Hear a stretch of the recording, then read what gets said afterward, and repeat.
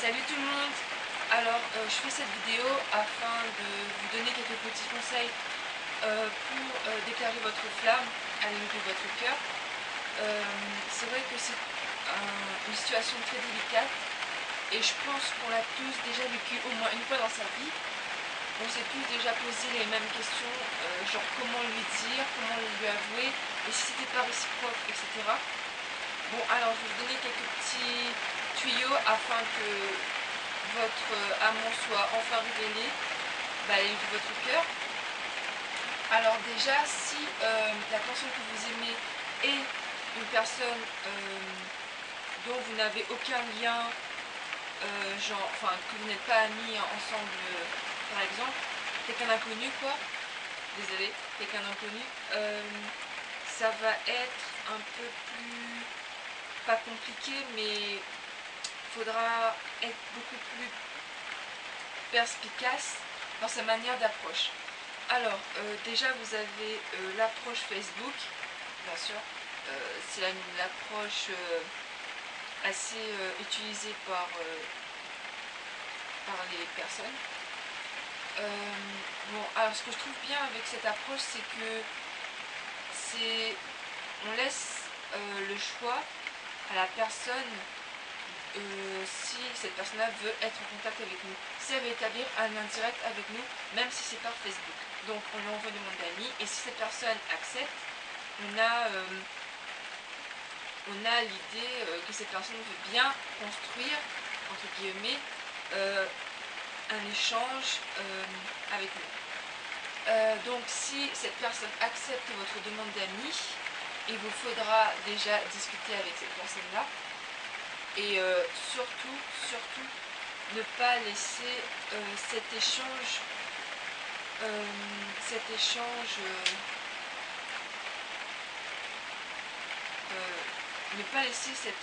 au mode virtuel seulement.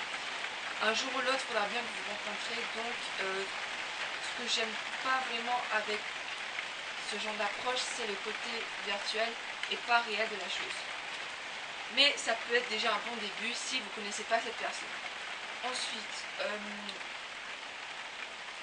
après, pour les personnes que vous connaissez, genre si vous êtes amoureux d'un ami ou d'une amie, eh bien faites-lui savoir par quelques signes, genre regard insistant, soyez plus tactile avec cette personne-là, complimentez-la, je sais pas, faites-lui savoir qu'elle est spéciale, qu'elle est plus spéciale que d'habitude, et faites des sous-entendus, montrez-vous protecteur ou protectrice envers cette personne. Bref, montrez que vous avez de l'intérêt envers elle. Alors, comme genre de signe, vous avez le regard. Ensuite, vous avez les mots. Voilà, comme j'ai dit, les compliments. Ensuite, vous avez pour les romantiques les phrases en prose là, les petits poèmes que vous sortez comme ça de temps en temps. Ça fait vraiment un côté très romantique et la plupart du temps apprécié par les filles.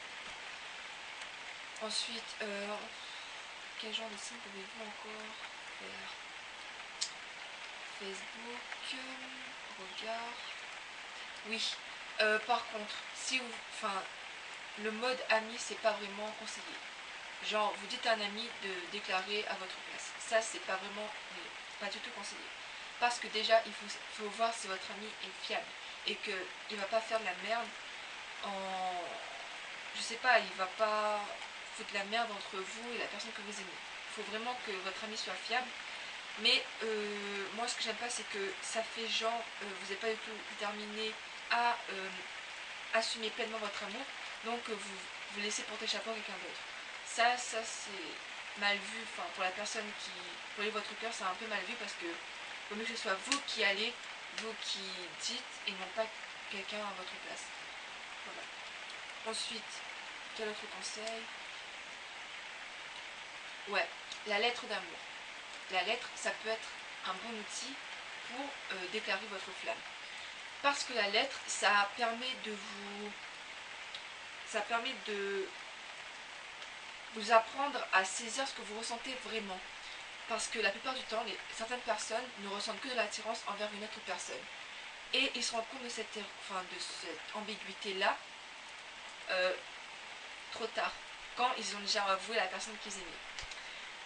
Et donc, afin que vous soyez pleinement sûr de vos sentiments et que vous soyez certain que vous éprouvez de l'amour envers cette personne, il faut vous apprendre à vous interroger sur ce que vous ressentez, sur le genre d'intimité que vous pourriez partager avec cette personne, si vous êtes vraiment prêt à être avec cette personne-là, prêt à assumer votre amour, à assumer votre lien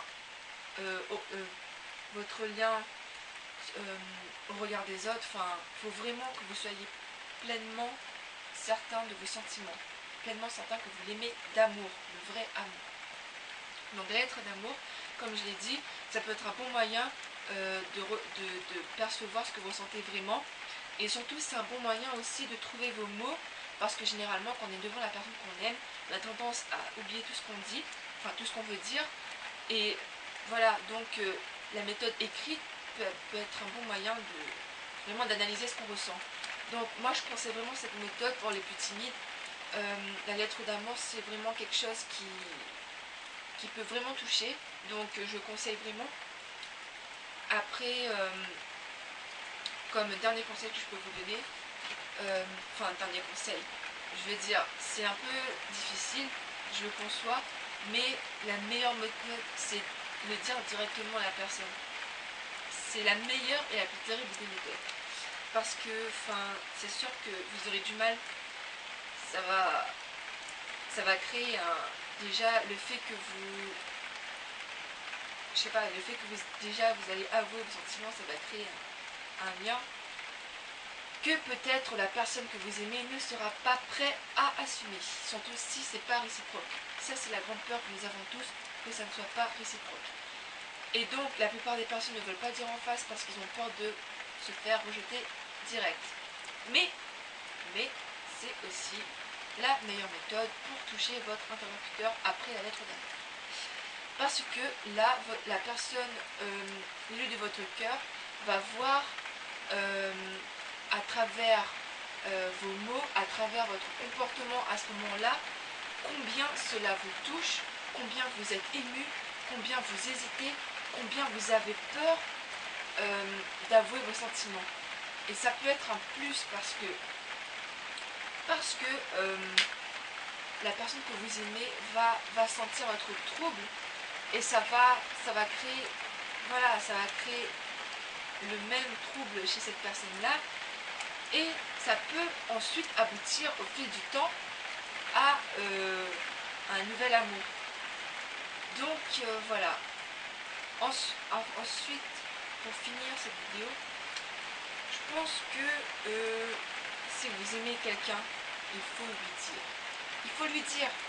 Si vous ne lui dites pas, vous ne pourrez pas savoir comment elle va réagir déjà et vous ne pourrez pas savoir si elle vous aime ou pas. Vous imaginez deux personnes qui s'aiment, ils ont tellement peur de s'avouer leur amour qu'ils ne se disent rien mais qui s'aiment tous les deux, mais ils croient que l'autre personne n'aime pas. Ça va créer un genre de cercle vicieux, ça ne va jamais se finir au fond du compte. Donc prenez le risque, affrontez vos sentiments. Dites-vous que voilà, vous avez tenté et que si cette personne ne vous aime pas, au moins vous serez fixé et qu'après vous ne regretterez pas de ne pas avoir dit par exemple.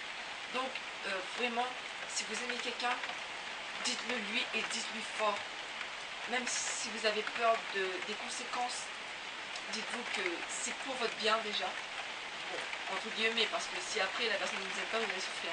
Mais c'est pour votre bien, parce que vous avez ensuite, vous pourriez, comme vous savez que cette personne ne vous aime pas, vous pourrez mieux l'oublier, quoi.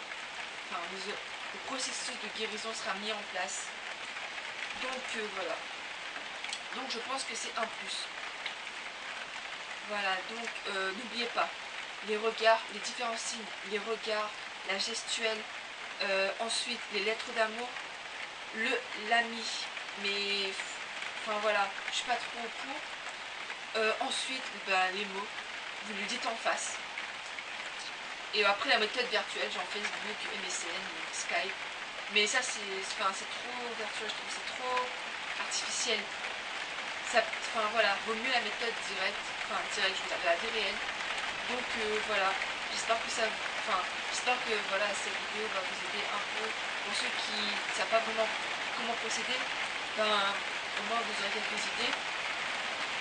Donc à plus pour une prochaine vidéo. Bye.